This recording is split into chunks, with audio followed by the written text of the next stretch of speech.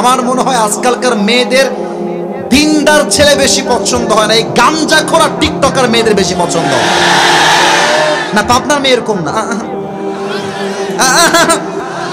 আরে না রে ভাই, পাবনার এরকম মেয়ে নাই রে ভাই। আছে আছে। হ্যাঁ আমার প্রিয় বোন, আপনার রুচি যদি গাঞ্জাখোর মার্কা হয়, আপনার জীবনও গাঞ্জাখোর মার্কাই হবে যুবক ভাই। আল্লাহ মেয়েদেরকে বোঝার তৌফিক দান করুন, পড়েন সবাই আমিন। একবার দেখেন তো আমার দিকে, আমার দাড়ি আর চুল সাদা না কালো? মাশাআল্লাহ। পরে পাম দিস না, পাম দিস না। ভালোবেসে মজা করে বললাম, পাম দিও না। আমার কথা বোঝেন, আমার হাদিসটা বোঝা ট্রাই করেন। সাদা না কালো? এটা কালো। আচ্ছা বলেন তো, আমার নবীর জীবনের পুরো এন্টায়ার লাইফে বয়স ছিল শেষ পর্যন্ত কত বছর? 63। 63 বলেন সবাই, কত? এখানে কি 60 বছর বয়স এমন কেউ আছেন? একটু দাঁড়াবেন। ভালোবেসে বললাম একজন। আব্বাজান দাঁড়ান তো দেখি। আব্বাজান মাফ করবেন, আমি দাঁড় করাইছি। আব্বাজানকে দেখা যায়? আব্বার চুল দাড়ি কিন্তু সব সাদা। আব্বাজান বসেন, আব্বাজান বসেন। আমার নবীর 63 বছরের জীবনে দাড়ি এবং চুল মিলিয়ে, এটা সুবহানাল্লাহ আসতে যেন না হয়, এটা একদম সহিহ হাদিস থেকে বলছি, চুল এবং দাড়ি সব মিলিয়ে 63 বছরের জীবনে 20টা চুলের বেশি একটা চুলও পাকে নাই। চুলগুলো যেগুলো পাকা গোনা যেত 1 2 3, মানে পুরো দাড়ি এবং চুল এতটা ব্ল্যাক ছিল যে নবীকে 63 বছরের মানুষ মনেই হতো না, মনে হতো তাগড়া যুবক রাস্তা দিয়ে হাঁটতেছে। সুবহানাল্লাহ। ওয়া কুবিদা ওয়া লাইসা ফি লিহিয়াতিহি ওয়া রাসিহি 20 শা'রাতান বাইদা। আল্লাহর হাবিবের 63 বছরের জীবনে 20টা চুলের বেশি কখনো সাহাবায়ে কেরাম পাকতে দেখে নাই। সুবহানাল্লাহ পড়েন। এবার আসেন তো, আমি যাওয়ার মুখে দাড়ি রেখেছি, আমাকে কি আনস্মার্ট লাগতেছে? মাশাআল্লাহ, thank you so much, really appreciate it. তুমি এটা থ্যাঙ্কস ডিজার্ভ করো। আচ্ছা যুবক ভাইরা একটু বলেন তো, আমার যেই ক্ষমতা আমার যৌবনের আছে, আমি চাই দাড়িটা শেভ করতে পারতাম না? আরে তোমরা কথা কও, পারতাম না? পারতাম, কিন্তু আমি যে দাড়ি রেখে দিয়েছি। এখন অনেক যুবকের মুখে দাড়ি নিয়ে তোমরা লজ্জা পাচ্ছ, বাট লজ্জা পাওয়ার কিছু নাই। কথা বোঝার ট্রাই করো। তোমাদের চিন্তা হচ্ছে দাড়ি রেখে ফেললে হয়তো বা মেয়েরা আমাকে পছন্দ করবে। I know that's your thought, I know that very well, but মাথায় রাখবা, যদি কোনো মেয়ে তোমাকে বলে যে আপনাকে দাড়ির জন্য পছন্দ হচ্ছে না, তুমি বলবা কি, আগে দরকার নাই, পরে, আগে বোঝার ট্রাই করো। বলবেন যে আপু দাড়ি পছন্দ না আপনার? আমি পাবনার ছেলে তো, আমি ভদ্র ঘরের ছেলে। আমার মনে হয় আপনার মতো মেয়ের জন্য দাড়িওয়ালা বীর পুরুষ পারফেক্ট হবে না। আপনার মতো মেয়ের জন্য বিটিএস এর হিজড়া ছাড়া সেকেন্ড কোন অপশন আমাদের কাছে নেই। আরে যেই মেয়ে আমাকে দাড়ির জন্য বিয়ে করতে চায় না, সে আমার বাড়ির বউ হওয়ার যোগ্যতাই তো রাখে না। বলেন তো, আমার নবীর মুখে লম্বা লম্বা চাপ দাড়ি ছিল কি ছিল না? আমার নবীর মতো সুন্দর এই তল্লাটে দ্বিতীয় আর কেউ কি হতে পারে? চাঁদের চেয়ে সুন্দর তুমি, নবী আমার কামলিওয়ালা, দো জাহানের বাদশা তুমি, প্যারা নবী সাল্লে আলা। দো জাহানের বাদশা তুমি, প্যারা নবী সাল্লে আলা। চাঁদের চেয়ে সুন্দর তুমি, নবী আমার কামলিওয়ালা। সুবহানাল্লাহ পড়বেন না? বলেন তো, নবীর একমাত্র স্ত্রী যিনি কুমারী ছিলেন, নাম কি? আওয়াজটা পেছনে জোরে আসলো, সামনে থেকে আওয়াজটা জোরে আসে নাই। নবীর মোট বউ 11 জন, হয় সবাই ডিভোর্সি অথবা বিধবা, বাট একজন বউ, তিনি আগে কখনো বিয়ে করেন নাই, তার গায়ে কোনো পুরুষের দাগ লাগে নাই, তিনি একজন ভার্জিন কুমারী নারী। তার নাম কি? রাদিয়াল্লাহু তাআলা আনহা। উনি বলতেন, মাগরিবের নামাজের পরে যখন আল্লাহর হাবিব আমার ঘরে প্রবেশ করতেন, মনে হতো আকাশের চাঁদ আমার ঘরে প্রবেশ করেছে। সুবহানাল্লাহ পড়েন আপনারা? আচ্ছা একটু আমার দিকে তাকান তো এবার। এটা হচ্ছে আমার কাঁধের ডান দিক, এটা আমার কাঁধের কোন দিক? এত সহজ করলাম তাও আস্তে উত্তর দিলেন। এটা আমার ডান দিক, এটা আমার কাঁধের কোন দিক? এবার look at the left side, বাম দিকে দেখবেন। নবীর পিঠের কাঁধের ঠিক বাম দিকে এই বরাবর একটা মোহরুন নবুওয়াত ছিল, সিল। উনি যে last messenger, after that there will be no messenger in the world. ওনার পরে কোন নবী যে আর আসবে না, এটার মোহর হিসেবে, সিল হিসেবে আল্লাহ তাআলা নবীর পিঠের বাম দিকের কাঁধে একটা মোহরুন নবুওয়াত সিল মেরে দিয়েছে। সুবহানাল্লাহ। একবার এক সাহাবী ডাক দিয়ে বলছে, ইয়া রাসূলুল্লাহ, ইয়া হাবিবাল্লাহ, আপনার কাছে আমার একটা হক পাওনা বাকি আছে, পাওনা আমার আদায় করতে না, কিয়ামতে আমি আপনাকে ধরবো। হ্যাঁ, নবীর কাছে তোমার হক পাওনা বাকি? How come it possible man? No, এটা সম্ভবই না, মহাল, হতেই পারে না। অবশ্যই আছে। কি বলো দেখি? বলছে, হে রাসূল, আমার কথা কি বোঝা যায়? কোনো সমস্যা হচ্ছে না তো আপনাদের? যুদ্ধের ময়দানে যুদ্ধ করতে গিয়ে আপনি এক কাফেরকে তরবারির আঘাত করতে গিয়ে সে আঘাতটা আমার পিছে লেগেছে, তো আপনি যদি কিসাসটা আদায় করতে চান, আমি আপনার পিঠে আঘাত করতে চাই। এই কথা শুনে ওমর ফারুকের নাম শুনছেন না আপনারা সবাই? কে রাগ কম না বেশি? আরে বাবা রে বাবা, আমার তো মনে হয় বাংলাদেশকে ইসলামের রাজ কায়েম করতে হলে, বাংলাদেশে কোরআনের রাজ কায়েম করতে হলে এই বাংলাদেশে একজন অমরের মতো শাসকের প্রয়োজন। পাবনার ভাইরা ঠিক কিনা বলে? ওমরে ফারুক বলছে, বেটা তোর সাহস তো কম না, তুই নবীর পিঠে আঘাত করবি, তুই খালি সামনের দিকে আয়, বাকিটা আমি দেখতেছি। খেপে গেছে। নবীজি বলছে, ওমর স্টপ, থামো থামো, বাড়াবাড়ি করো না, থামো, আমি দেখছি। এই তুমি আসো, এসে তুমি আমাকে আঘাত করো। আচ্ছা স্যার, এখন কথা বলবেন? স্যার, স্যার এখন কথা বলা যাবে না, সরি স্যার, আপনাকে ভালোবেসে বললাম স্যার, কারণ আপনি এখন কথা বললে একজনও মানতে চাইবেন। আপনি যদি কথা বলেন, স্যার একটু সময় নেন, একটু সময় নিয়ে কথা বলেন না, আমাকে এটা দেওয়া হয়েছে, আমি আপনাকে ভালোবাসি স্যার, আমি স্যার আপনাকে অনেক ভালোবাসি স্যার। আমি বলি স্যার, আপনি আমার কথা একটু রাগ করবেন না, আপনি educated, there lot of people there educated. আমি বলি স্যার, আমি আপনাকে ভালোবেসে বলছি, আপনি থাকেন, আপনি যায়েন না, আপনি গেলে আমরা কষ্ট পাবো, তাই না? বলেন সবাই আপনারা। স্যার থাকবেন, এবং আমার আবদার আছে একটা, আমি যখন দোয়া করব তার আগে স্যার আপনাদের সঙ্গে মাস্ট কথা বলবে, এটা আমরা চাই, চাই না? তবে স্যার এখন যেতে পারবে না, ঠিক আছে ইনশাআল্লাহ?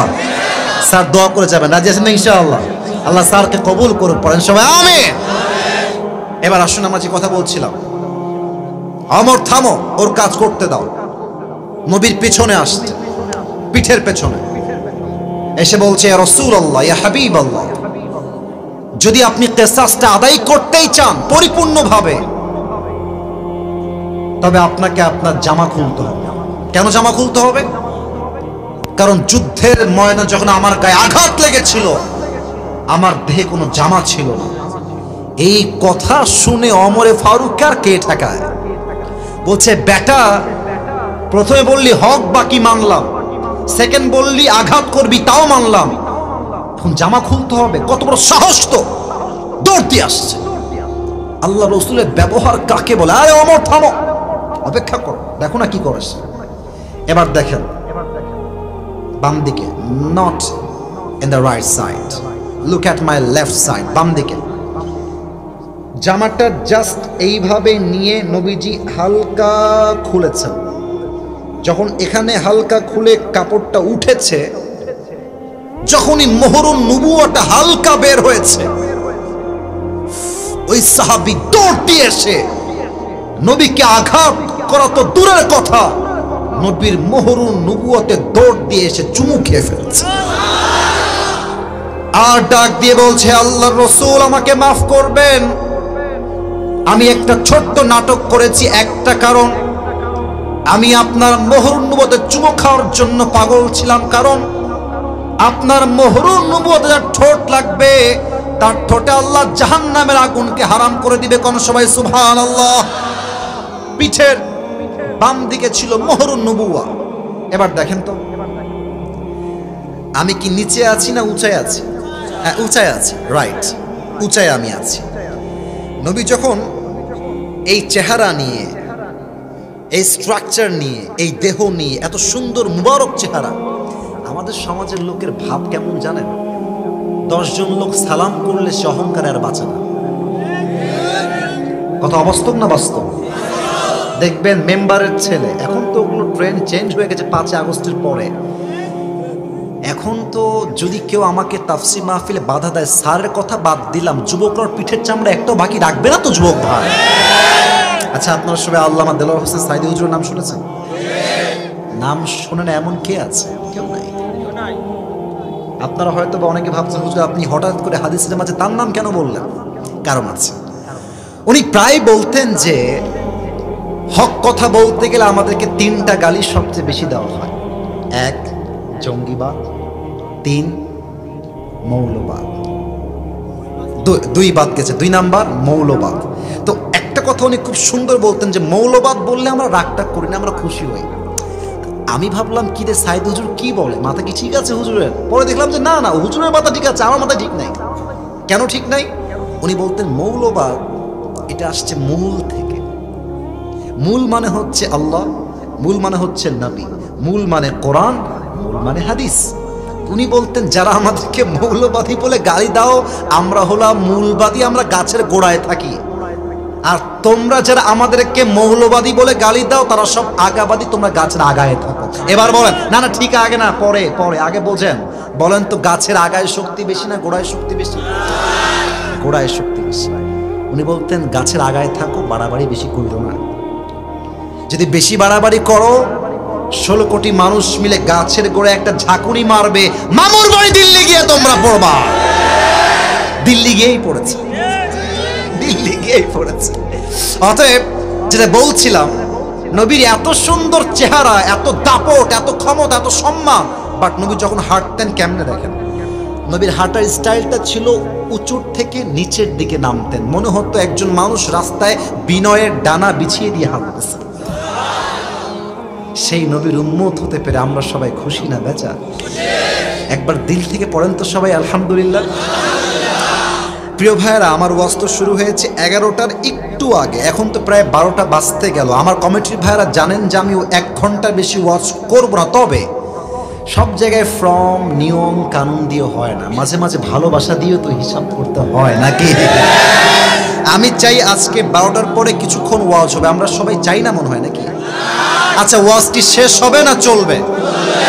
চলার পক্ষে কারা কারা একটু হাত তোলেন তো দেখি, মাশাআল্লাহ।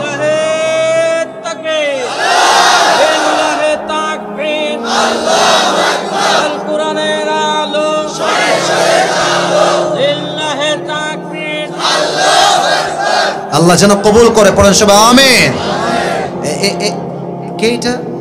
কে কে কে? সোনামণি নতুন নতুন নতুন নতুন নতুন বসে পড়ো। না না না, যাও যাবে না, গেলে তোমার বউ বাদ, একদম বউ বাদ।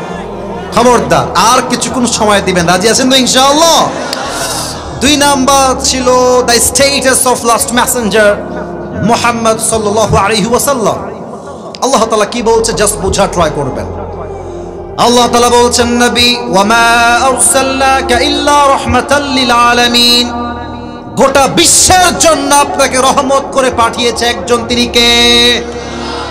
আমি যদি আপনাদের সবাইকে জিজ্ঞেস করি যে ভাই বলেন তো আপনার জীবনের সবচেয়ে বড় নিয়ামত কি, কেউ বলবে হুজুর আমার জীবনের সবচেয়ে বড় নিয়ামত হচ্ছে আমার 2 চোখ।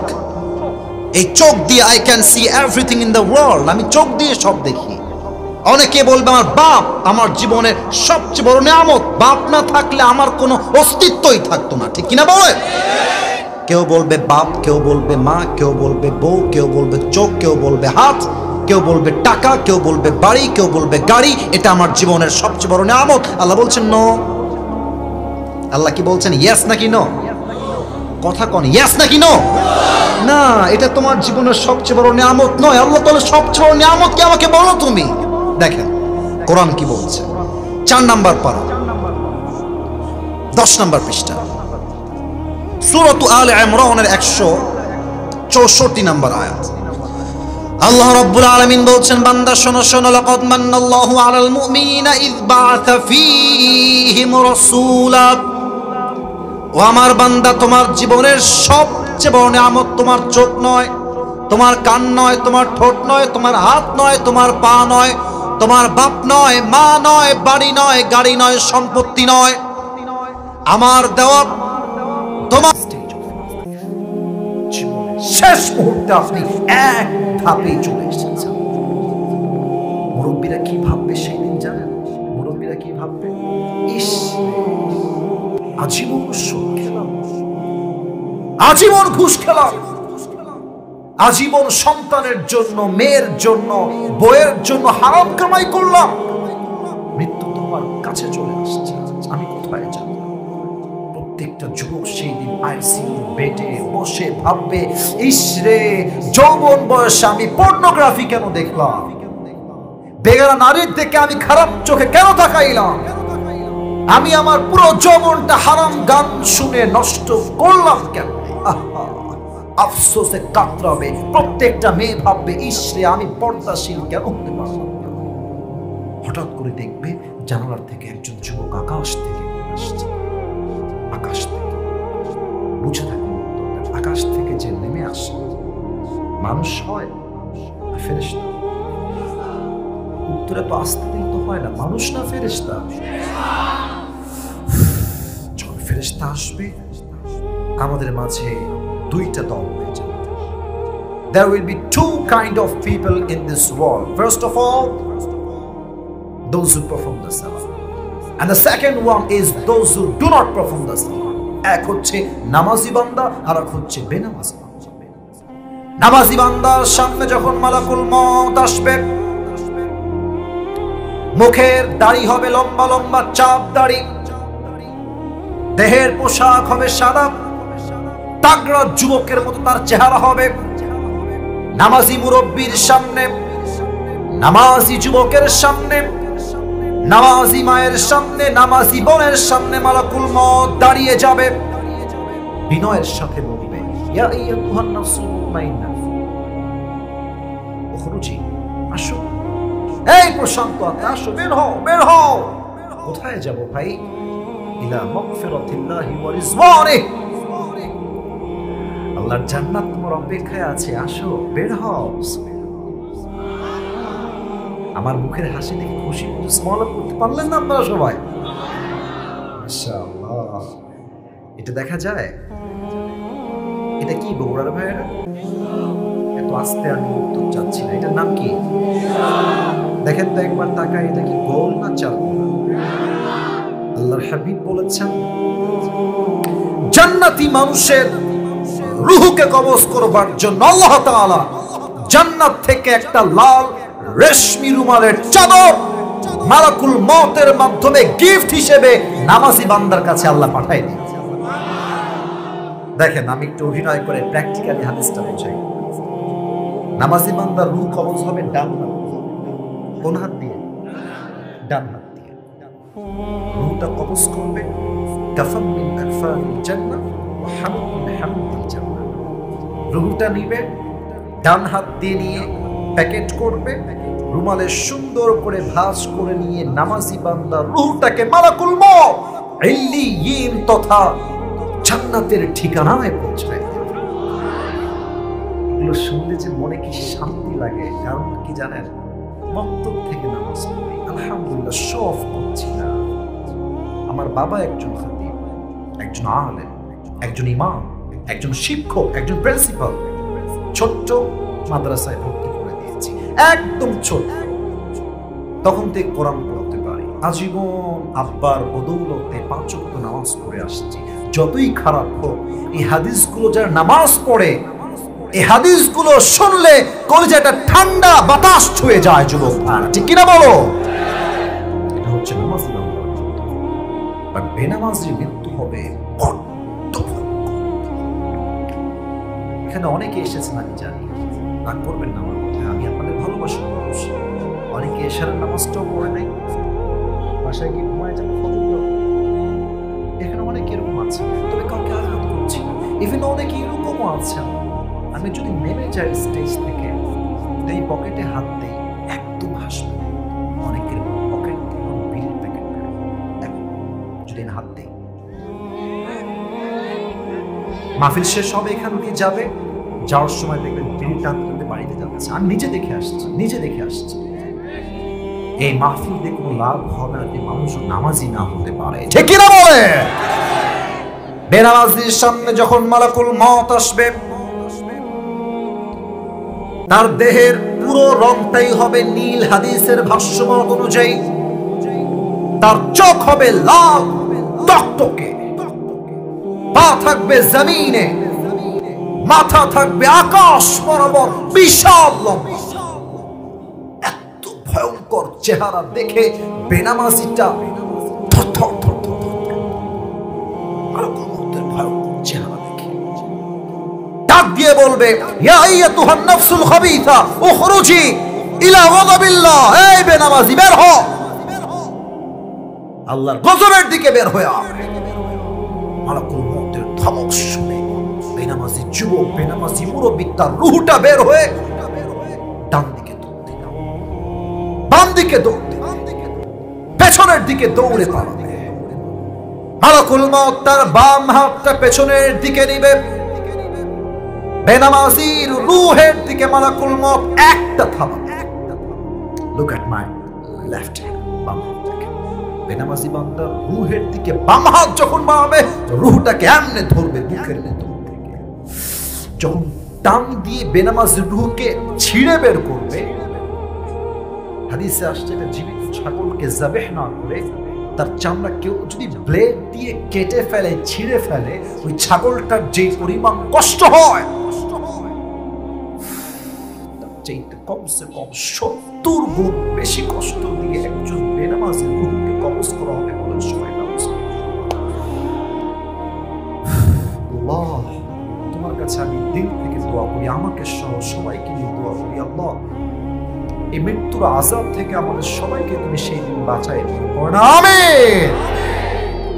রূহ যখন কবজ হয়ে যাবে, লাশ পড়ে থাকবে, লম্বা করবো না, টাইম ইজ টু শর্ট, ফজর নামাজটা জামাতে আপনার লাশটাকে নিয়ে জানাজা হবে, দাফন করে দাও। দাফন করার সাথে সাথেই আত্মীয় স্বজন যখন 40 কদম পার হয়ে যাবে, দুজন ফেরেশতা আসবে।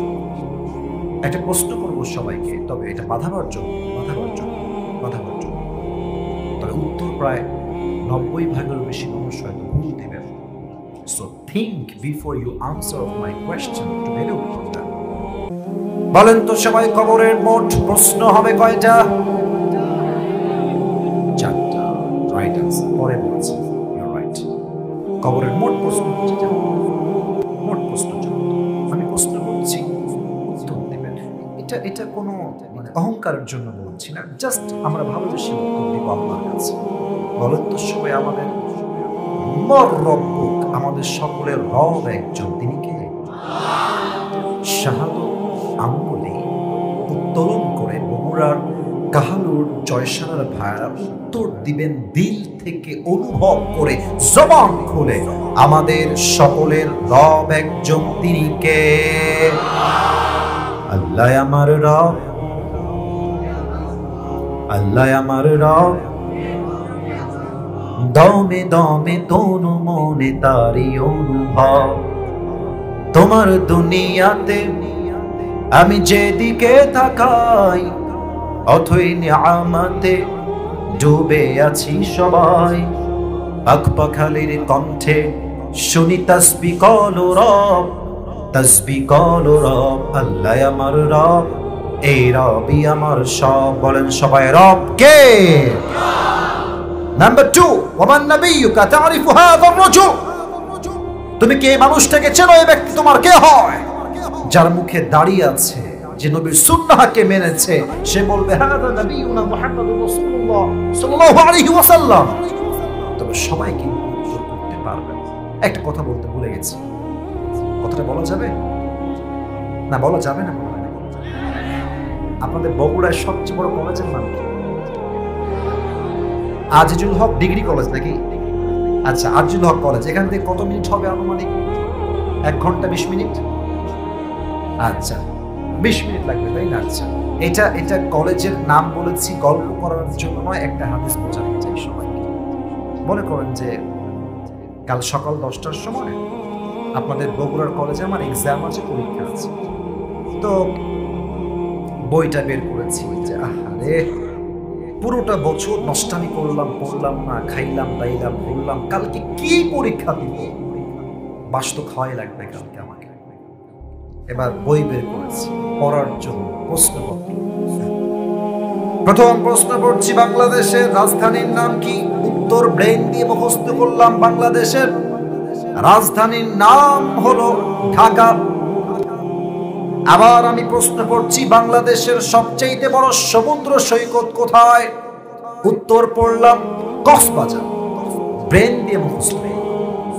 কাল সকালে বগুড়ার আজিজুল হক কলেজে গেলাম, স্যার বলছে আরে আপনি আসিফ হুজুর না, ওই যে ইউটিউবে ওয়াচ করেন, আসেন আসেন আসেন বসুন, এই নেন আপনার প্রশ্ন নেন। হাতে নিয়ে দেখছি আর নসিব তো খুল গিয়া আছে, কপাল খুলে গেছে, যা পড়ে আসছি তাই চলে আসছে। একদম কমন প্রশ্ন, প্রথমেই আসছে ঢাকা, বাংলাদেশের রাজধানীর নাম কি? আমি বলছি আজকে উত্তর দিয়ে ফাটাই ফেলবো সব। লেখ উত্তর ঢাকা। বাংলাদেশের সবচেয়ে বড় সমুদ্র সৈকত কোথায়? লেখ কক্সবাজার। এটা আমি ব্রেন দিয়ে পড়েছি, ব্রেন দিয়ে পড়েছি, ব্রেন দিয়ে পড়েছি। এখন অনেকে বলবে হুজুর কবরের প্রশ্ন উত্তর ওয়াজ করে লাভ আছে? সব জানি আমি, খালি মালাকুল মউত রূহ কবজ করার পর রাখবে আমার লাশটা কবরে, সব ঠাস ঠাস করে উত্তর দিয়ে দিব। প্রিয় ভাইয়েরা, কবরের প্রশ্নের উত্তর এখান থেকে হবে না, এখান থেকে। এটা প্রশ্নপত্র নয় যে মুখস্থ করলাম লিখে দিলাম, না। ঈমান নাই, আমল নাই, যতই মুখস্থ করেন চুল পরিমাণ করে কাজ দিবে না কবরে যাওয়ার পরে, ঠিক কিনা বলে? এবার আমার দিকে আর একবার তাকায় দেখেন তো, আমার মুখে এইটা বগুড়ার ভাড়া সাউন্ড যেন কমে না যায়, এইটা লম্বা লম্বা কালো কালো চাপ, এটা কি? উত্তর কমে নাই, জোরে হয়েছে। এটার নাম কি? একটু মাইকটা হটায়, আমাকে দাড়ি রেখে আনস্মার্ট লাগতেছে? আরে ভাই দেখুন, আনস্মার্ট লাগতেছে। অনেক মেয়ে দেখবেন দাড়ি দেখলে মানে এদের কাছে দাড়িওয়ালা পছন্দ, বলে যে আপনার মুখে দাড়ি আছে তো দাড়ি রাখলে কেমন মুরব্বী চা চা চা চা লাগে, আমার আপনাকে বিয়ে করার জন্য পছন্দ হচ্ছে না। আপনি বগুড়ার ছেলে, কথা বলবেন সিংহের মতো গর্জন দিয়ে, আপনি বলবেন আপনার আমাকে দাড়ির জন্য পছন্দ হচ্ছে না, আপনি আমাকে বিয়ে করবেন না। আরে আপনি আমাকে কি বিয়ে করবেন না? আপনার মতো নষ্টামে তো আমার বউ হওয়ার যোগ্যতাই রাখে না। যে আমাকে দাড়ির জন্য বিয়ে করবে সে আমার বউ হওয়ার যোগ্যতা রাখে, যে আমাকে দাড়ির জন্য নো বলে দিবে ওর মতো মেয়ে আমার বাড়ির বউ হওয়ার যোগ্যতাই। আর জীবনের সবচেয়ে বড় নিয়ামত হলো আমি আল্লাহ রাব্বুল আলামিন তোমাকে জীবনের শেষ নবীর উম্মত করে পাঠিয়ে দিয়েছি। কোন সবাই সুবহানাল্লাহ। This is the big mercy, blessing and bounties that Allah has given you in this worldly life. আমার জীবনের সবচেয়ে বড় নিয়ামত হলো আমি আমার শেষ নবীর উম্মত হিসেবে দুনিয়াতে এসেছি। সুবহানাল্লাহ পড়ে চারটা প্রশ্ন করব সবাইকে, চারটা, দেখা যাক কে কে পারে। প্রথম প্রশ্ন, নবীর বাবার নাম কি ছিল? এই যে ভয় পেয়ে গেছে, হোয়াট ইজ দিস? ভয় কিসের রে ভাই? আমি খেয়ে ফেলবো নাকি আপনাদেরকে? বাবার নাম কি ছিল? দুই নাম্বারটা উত্তর জোরে দিবেন, নবীর মায়ের নাম কি ছিল? মাশাআল্লাহ, I got the right answer. তিন নাম্বার, নবীজির দাদার নাম কি ছিল? সঠিক উত্তর। নবীর চাচার নাম কি ছিল?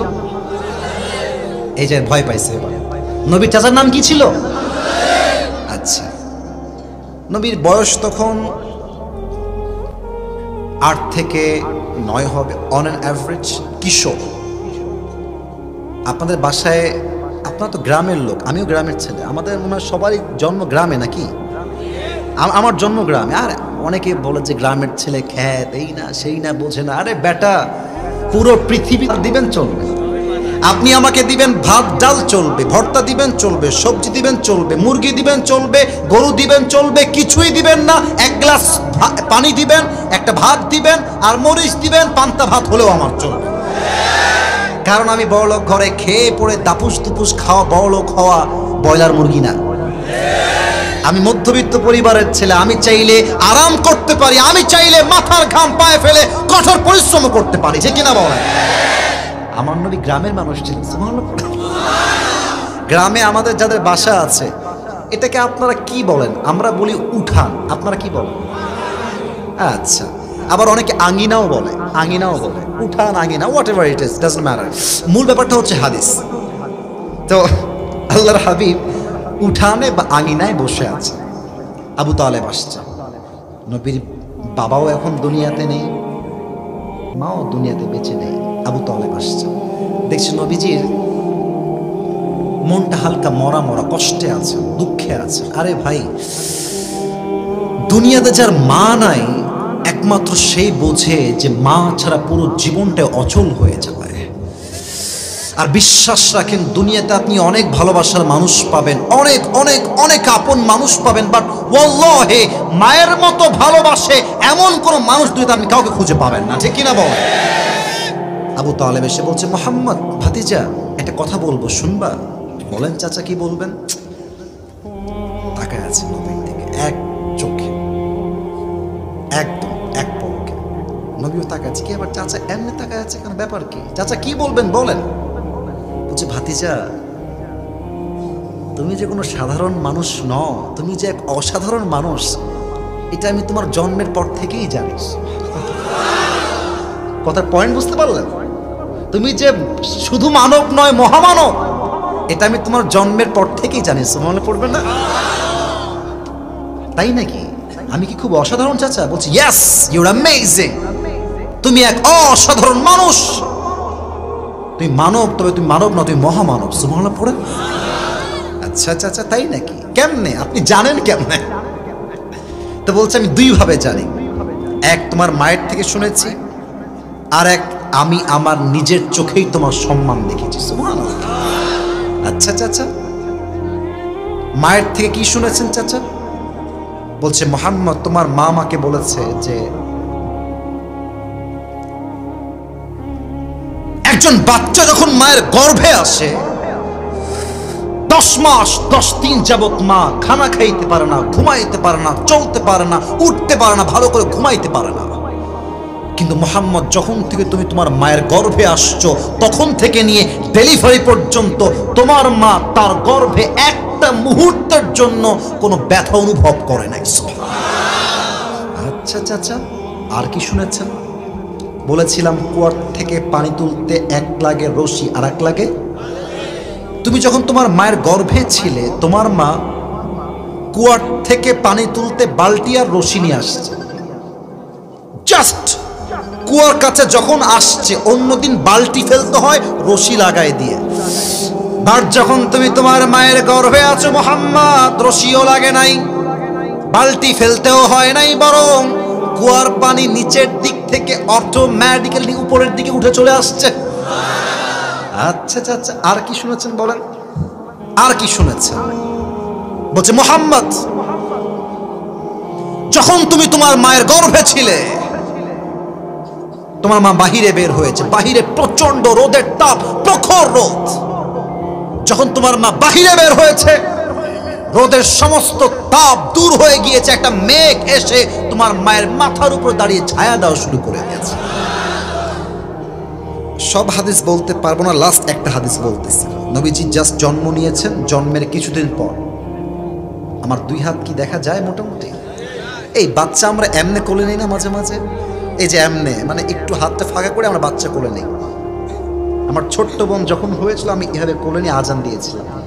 আল্লাহ আমার বোনকে নেখায়াত দান করুক, পড়েন সবাই আমিন। আপনার কি আমার ছোট্ট বোন একটা আছে, বুশরা, দেখছেন কেউ কেউ? আচ্ছা, দেখেছ না অনেকে।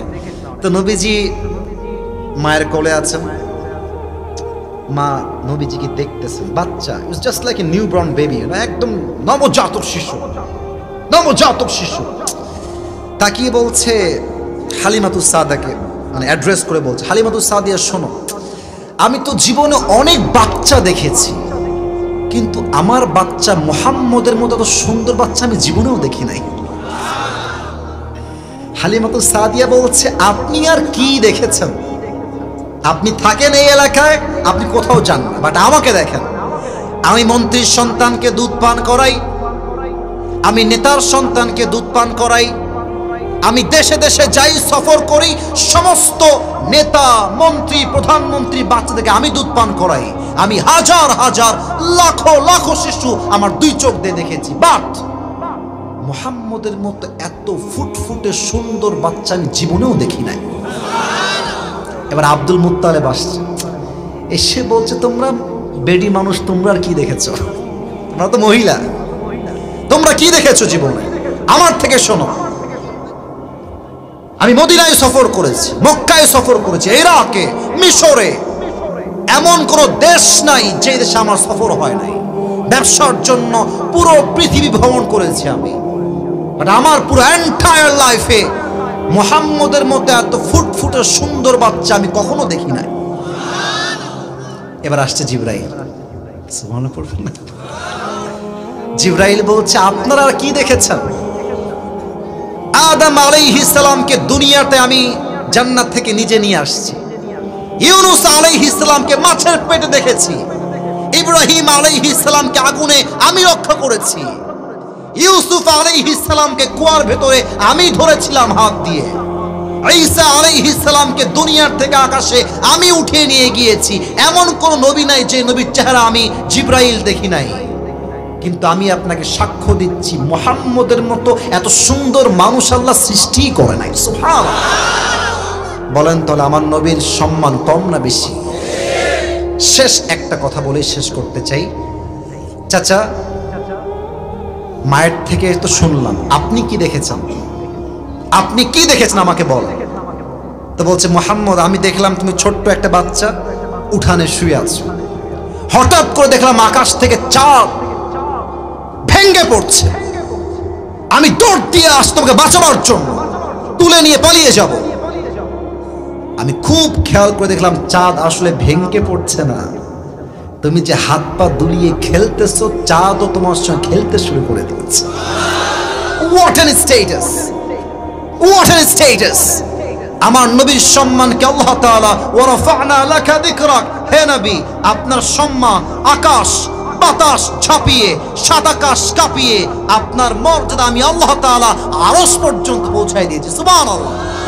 এবার সবাই দুই হাত তোলেন, সবাই। শেষ ভালো যার সব ভালো তার।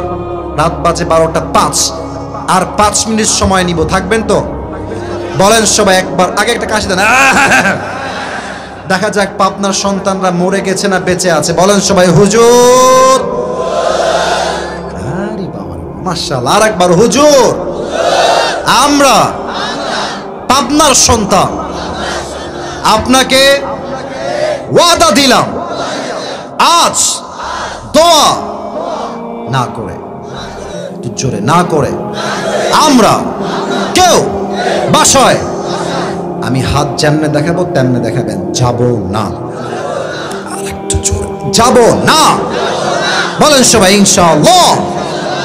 হাত নামান। এবার যদি কেউ উঠে যায়, লা ঈমান আলাহ লিমান লা আমান আলাহ, যার কথার ঠিক নাই তার ঈমানের ঠিক নাই, ঠিক কিনা বলেন? এটা আমার শেষ হাদিস, শেষ হাদিসের শেষ চ্যাপ্টার। নবীর আদর্শ কেমন ছিল আমি জাস্ট একটা হাদিস বলবো। নবী আমার বাবা হিসেবে কেমন আদর্শের মানুষ ছিলেন বলেন তো? আমার নবীর একমাত্র কলিজার টুকরা কন্যা সন্তানের নাম কি ছিল পাবনার ভাইরা? ফাতেমা রাদিয়াল্লাহু তাআলা আনহা। বলেন তো ফাতেমার স্বামীর নাম কি ছিল? আলী রাদিয়াল্লাহু তাআলা আনহু। দেখেন, যাদের বিয়ে হয় না, যাদের বিয়ে হবে, মায়েরা, বোনেরা, বাবারা, শেষ হাদিস এটা বলে দোয়ার দিকে যাব, একদম কান খাড়া করে শুনবে। ফাতেমার যখন বিয়ের বয়স হয়ে গেল, নবীজি ডাক দিয়ে বলছেন, সাহাবা একরাম কে আছো আমার মেয়েকে বিয়ে করতে চাও, প্রস্তাব নিয়ে আমার কাছে আসো। ফার্স্ট অফ অল ওমরে ফারুক আসছে, এসেই বলছে, ইয়া রাসূলুল্লাহ আমি আপনার মেয়ে ফাতেমার জামাই হতে চাই। সুবহানাল্লাহ। ও নবী আপনি কি রাজি আছেন? নবীজি ইয়েসও বললেন না, নো বললেন না, চুপচাপ মাথা নিচু করে বসে আছে। ওমরে ফারুক বুঝে গেছে এখানে আমার খাওয়া নাই, ক্যান্সেল, বের হয়ে গেছে। আর এক সাহাবী আসছে, ইয়া রাসূলুল্লাহ আপনার মেয়েকে বিয়ে করতে চাই, ফাতেমার জামাই হতে চাই, আপনি রাজি আছেন? মাথা ডাউন, ইয়েসও বলেন নাই, নো বলেন নাই। ওই সাহাবী বুঝে গিয়েছে আমার বিয়ে হবে না, আমি বের হয়ে যাই। দুইজন সাহাবী রিজেক্টেড, বাহিরে আরো দুইজন সাহাবী আছে, নামগুলো মাথায় রাখবেন। এক নাম্বার আব্দুর রহমান বিন আউফ, দুই নাম্বার আলী রাদিয়াল্লাহু তাআলা আনহু। আব্দুর রহমান বিন আউফ বলছে, বন্ধু আমার বিশ্বাস তুমি যদি ফাতেমার জন্য বিয়ের প্রস্তাব নিয়ে যাও, নবী তোমাকে কখনো খালি হাতে ফিরাই দিবেন না। আজকালকার ছেলে পেলে 5-এ পড়ে, 5-এ, আস্তে আস্তে আস্তে আস্তে কথা বললেন না ভাই, আবার 5-এ পড়ে আর বলে এটা আমার, এটা আমার, আছে না নাই? আর ছেলে পেলে আজকাল এত সস্তা, একটা মেয়েকে নিয়ে 5 জন ছেলে মারামারি করে। আরে আরে বেটা, দুনিয়া কি মেয়ের অভাব পড়ছে? तू नहीं तो कोई और सही, कोई और नहीं तो कोई और सही, बहुत लंबी है जमीन मिलेगी लाखों हंसी, इस जमाने में सनम तू अकेला तो नहीं है। ठीक है ना? আরে যেই মেয়ে তোমাকে আজকে ছেড়ে গেছে, নিজেকে ভালো জায়গায় নিয়ে যাও, প্রতিষ্ঠিত হও, ক্যারিয়ারে ভালো কিছু করে দেখাও, এরকম কয়েক লাখ মেয়ে তোমাকে বিয়ের জন্য লাইন ধরে দাঁড়িয়ে যাবে। তা আব্দুর রহমান বিন আউফ বলছে, বন্ধু আমার বিশ্বাস তুমি গেলে তুমি ফিরে আসবে না, যাও না, চান্স মারতে দোষ কোথায়? এবার আলী রাদিয়াল্লাহু তাআলা আনহু প্রস্তাব নিয়ে আসছে, খেয়াল করবেন। নবীজি বসে আছেন এইখানে, আলী একবার আসে, এই পাশ দিয়ে বের হয়ে যায়, এই পাশ দিয়ে আসে, এই পাশ দিয়ে বের হয়ে যায়। হ্যাঁ আলী এদিকে আসো। হ্যালো, কেন বসো, এখানে বসো, কি বলবা বলো। আলী চুপচাপ বসে গেছে, লজ্জায় মুখ লাল হয়ে গেছে। বলছে, নবী হে, আসলে মেয়ের বাপের কাছে মেয়ের প্রস্তাব নিয়ে যাওয়া যে কত কঠিন, যুবকরা ছাড়া এর মর্ম কেউ বুঝবে না। তো বলছে, নবী আমি আপনার মেয়ে ফাতেমাকে বিয়ে করতে চাই, আপনি কি রাজি আছেন? নবীজি আগের বার ইয়েস বলেন নাই, নো বলেন নাই, কিন্তু এবার নবীজি মুখ খুললেন, বলেন, আলী তুমি বিয়ে করবা তাই না? আচ্ছা ঠিক আছে, যাও ইনশাআল্লাহ। সুবহানাল্লাহ পড়বেন না আপনারা? কিন্তু আলী রাদিয়াল্লাহু তাআলা আনহু ইনশাআল্লাহর অর্থটা কি এটা বুঝতে পারেন নাই, বাহিরে বের হয়ে আসছে, মুখটা বাংলার পাঁচের মতো কালো হয়ে গেছে, মন খারাপ, ভেবেছে আমি রিজেক্টেড। আরে বন্ধু মন খারাপ কেন, ব্যাপার কি? কি তোমার বিয়ে হবে না? বলছে, বন্ধু আমিও রিজেক্ট হয়ে গেছি। কিন্তু আব্দুর রহমান বিন আউফ বিশ্বাসই করতে পারছে না, না অসম্ভব, এটা আমি বিশ্বাস করি না। নবী কি কিছু বলে নাই? কিচ্ছু বলে নাই। বলছে, হ্যাঁ বলেছে, নবী জাস্ট বলে না বগুড়ার ভাড়া। এবার আওয়াজ দিয়ে বলেন তো, আমার নবীর মুখে লম্বা লম্বা চাপ দাড়ি ছিল কি ছিল না? ছিল না? মন থেকে বলেন তো, আমার নবী চাপ দাড়ি রাখার পরে, আরে আমাদের নবী তো ইউসুফ নবীর চাইতে 1000 গুণ কোটি গুণ বেশি সুন্দর ছিলেন। সুবহানাল্লাহ পড়ে। আমার নবীর মতো সুন্দর, হ্যান্ডসাম, সুদর্শন দাড়ি রাখার পরে এরকম কোন হ্যান্ডসাম যুবক দুনিয়াতে দ্বিতীয় আর কেউ কি হতে পারে? যাদের চেয়ে সুন্দর তুমি, নবী আমার কামলিওয়ালা, দো জাহানের বাদশাহ তুমি, প্যারা নবী সাল্লাল্লাহু আলা, দো জাহানের বাদশাহ তুমি, প্যারা নবী সাল্লাল্লাহু আলা, যাদের চেয়ে সুন্দর তুমি, নবী আমার কামলিওয়ালা। সুবহানাল্লাহ পড়ুন সবাই আপনারা। 2 নাম্বার প্রশ্ন শেষ। 3 নাম্বার, ওয়ামা দীনু, গৌরব নিয়ে, অহংকার নিয়ে, আমাদের ধর্মের নাম আমাদের ধর্মের নাম কি? অনেকে বলে আমার বাংলাদেশে নাকি হিন্দুরা দাঙ্গার শিকার হচ্ছে, পিটানো হচ্ছে, মারা হচ্ছে। যারা এই নিউজগুলো ছড়ায়, বুঝতে হবে তারা 5 আগস্টের পূর্বে যে স্বৈরাচার ছিল, সেই স্বৈরাচারের পা চাটা দালালের। আমাদের দেশে হিন্দুরা জামাইয়ের বেশি থাকে, জামাইয়ের আদরে থাকে। অতএব তোমরা মিডিয়ায় মিথ্যা নিউজ প্রচার করার পূর্বে হিন্দুদেরকে জিজ্ঞেস করো, আমার দেশে প্রত্যেকটা হিন্দু বাংলাদেশে শান্তিপূর্ণ অবস্থান করছে যুবক ভাই আছে কিনা বলে? আমাদের ধর্মের নাম ইসলাম, আমরা কোনো মারামারি চাই না। 3টা প্রশ্ন শেষ। ফেরেশতা বলবে, কি রে একটাও আটকায় না, সবগুলো উত্তর দিয়ে দেয়। What's the source of your knowledge? এত জ্ঞান তুমি অর্জন করেছো কই থেকে? আমরা বলবো কই থেকে? আরে জোরে কোন কই থেকে? আল্লাহ বলবে ফেরেশতা স্টপ স্টপ, আর কোন প্রশ্ন? আমার বান্দার কবরটাকে এই মুহূর্তে 70 গজ লম্বা করে দাও জান্নাতের বাগান হিসেবে। সুবহানাল্লাহ। এবার সবাই দুই হাত, সবাই দুই হাত, কেউ যেন বাদ না যায়। এখন বাজে হচ্ছে 11টা 51। আমি এসেছি 10টা 40।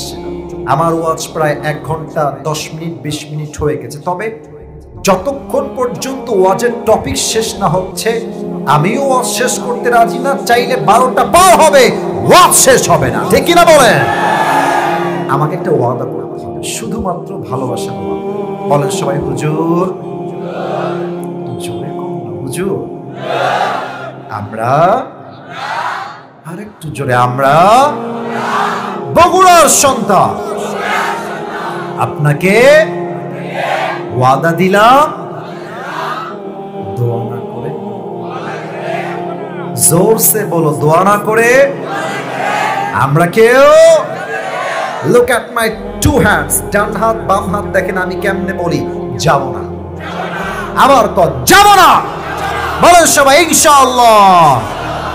হাত নামান। I brought up in Rajshahi. লম্বা সময় রাজশাহীতে বড় হয়েছি। রাজশাহীতে একটা গালি আছে, মামুর বেটা। মামুর বেটা। তো কোন মামুর বেটা ওয়াদার পরে যদি উঠে যায় তার জন্য ছোট্ট একটা হাদিস কোট করছি, লা ঈমান আলা লিমান লা আমান আলা। যার কথা ঠিক নাই, যার ওয়াদা ঠিক নাই, আল্লাহর রাসূল বলেছেন তার ঈমানের ঠিক নাই। ঠিক কি না বলেন? এবার যদি কেউ উঠে যান সোনামণি, ঈমান নষ্ট হওয়ার সম্ভাবনা রয়েছে। তবে সময় বেশি নিব না, ফজরের নামাজটাও পড়ব, তাহাজ্জুদটাও আজকে পড়ে বাসায় গিয়ে ঘুমাবো। রাজি আছেন তো সবাই ইনশাআল্লাহ?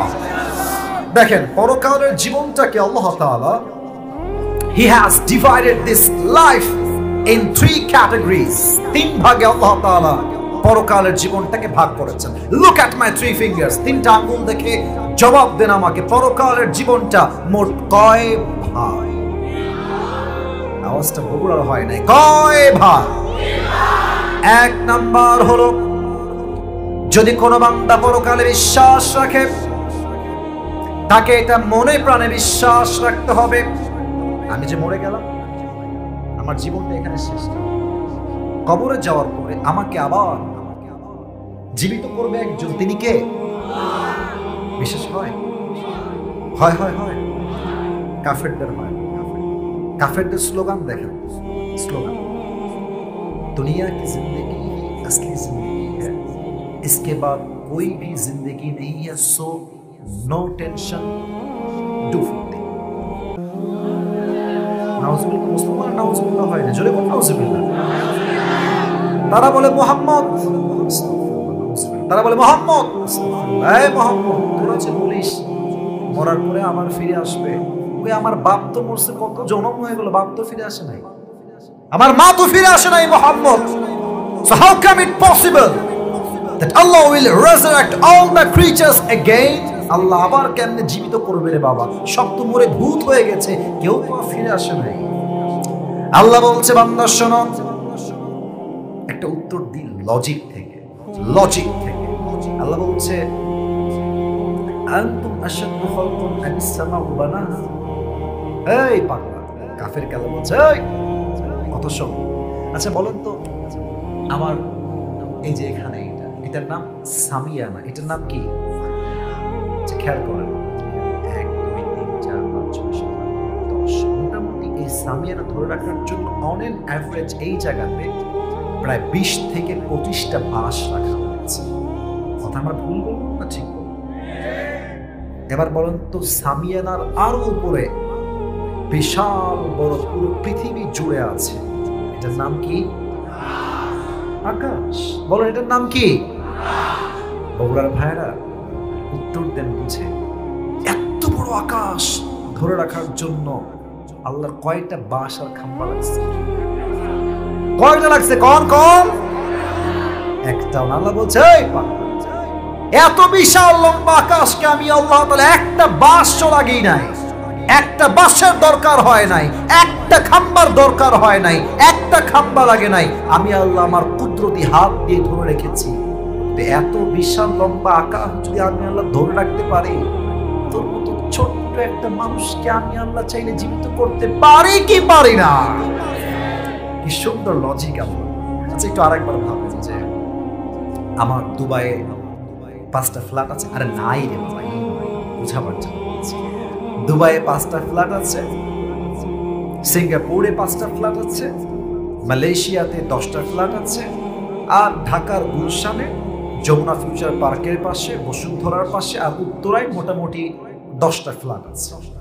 এবং আমার রেঞ্জ রভার আছে, মার্সিডিজ আছে, রোলস রয়েলস আছে, বিএমডব্লিউ আছে, সব আছে। এবার বগুড়া কোনো সুল যদি আমার দেখে কয় যে আসিফ গরিব রে, সাইকেল কিনতে পারবে না, তো এক মুরব্বী থাপ্পড় দিবে, শালা কি বলবে, তুই কি বললি, এটা সাইকেল কিনতে পারবে না? যে লোকটা দুবাইয়ে গিয়ে ফ্ল্যাট কিনেছে, সিঙ্গাপুরে ফ্ল্যাট কিনেছে, বিএমডব্লিউ আছে, মার্সিডিজ আছে, বুঝে থাকলে উত্তর দেন সে ছোট সাইকেল কিনতে পারে কি পারে না, পারে কি পারে না, পারে কি পারে না? আল্লাহ বলছে, বান্দা এত বড় আকাশকে আমি আল্লাহ ধরে রেখেছি খুঁটি ছাড়া, তুই কেমনে বললি তোর তো ছোট্ট একটা নগণ্য বান্দাকে আমি আল্লাহ জীবিত করতে পারবো না? অতএব যে বলে মৃত্যুর পরে কোনো জীবন নাই, সে মুসলমানের বাচ্চা না, সে কাফের বাচ্চা যুবক ভাড়া, ঠিক কিনা বলে? 2 নাম্বার বিষয় হলো, যে পরকালে বিশ্বাস রাখবে সেটা মনে প্রাণে বিশ্বাস করবে মৃত্যুর পরে আমার প্রত্যেকটা আমলের জাররা জাররা হিসাব নিবে একজন, তিনি কে? فمن يعمل مثقال ذرة خيرا يره ومن يعمل مثقال ذرة شرا يره. If anyone has done an atom size of good, he will see it. If anyone has done an atom size of bad, he will see it on the day of judgment. কেউ যদি শস্যের দানা পরিমাণ আমল করে ভালো, এটাও ওজন হবে। কেউ যদি শস্যের দানা পরিমাণ খারাপ আমল করে, এটাও ওজন দিবে একজন, তিনি কে? এবার আমার 2 হাত, 2 হাত। আল্লাহ বলবে, আসিফ হুজুরের আমলনামা ওজন দাও, আমাকে দিয়ে এক্সাম্পল। তো ফেরেশতা আমলনামা ওজন দাও, আয়াতের ব্যাখ্যা দিচ্ছে, এটা কোন আমল? ডান আমল। বলেন সবাই, এটা কোন আমল? এটা কোন আমল? 2টা একসাথে তোলা হবে। তো আল্লাহ দেখবে যে বান্দার আমলনামা, আমাকে দেখবেন না, হাত দেখেন, হাত। বান্দার আমলনামাটা একটু হালকা, ডান আমলটা বামের থেকে একটু উঁচু হয়ে গেছে। আল্লাহ বলবে, আর উঁচু দিও না, আমার বান্দাকে জান্নাত দিয়ে দাও। তো আমার ডান হাত বাম হাত দেখেন, একটু আমলটা ওজন হয়ে যাবে, আল্লাহ বলবে, যাও আমার বান্দাকে এখনই জান্নাত দিয়ে দাও। সুবহানাল্লাহ বলেন সবাই আপনারা। এবার বলেন তো, জান্নাতে যাওয়ার জন্য 100 আমলে মোট কয় আমলের দরকার হবে? 51, 51। তো এক বান্দার আমলনামা ওজন দেওয়া হবে, আল্লাহ দেখবে যে বান্দার 2 আমল বরাবর, সমান সমান। বলেন তো এবার জান্নাতে যাওয়ার জন্য ওই বান্দার আমল লাগে আর কয়টা? আসতে কেন, জোরে কর, কয়টা? এটা আমি শুনেছিলাম পাকিস্তানের একজন টপ ফেমাস স্কলার, তার নাম হলো মাওলানা তারিক জামিল। উনি বললেন, কিয়ামতের দিন একজন বান্দার আমলনামা ওজন দেওয়া হবে, 2টাই সমান সমান।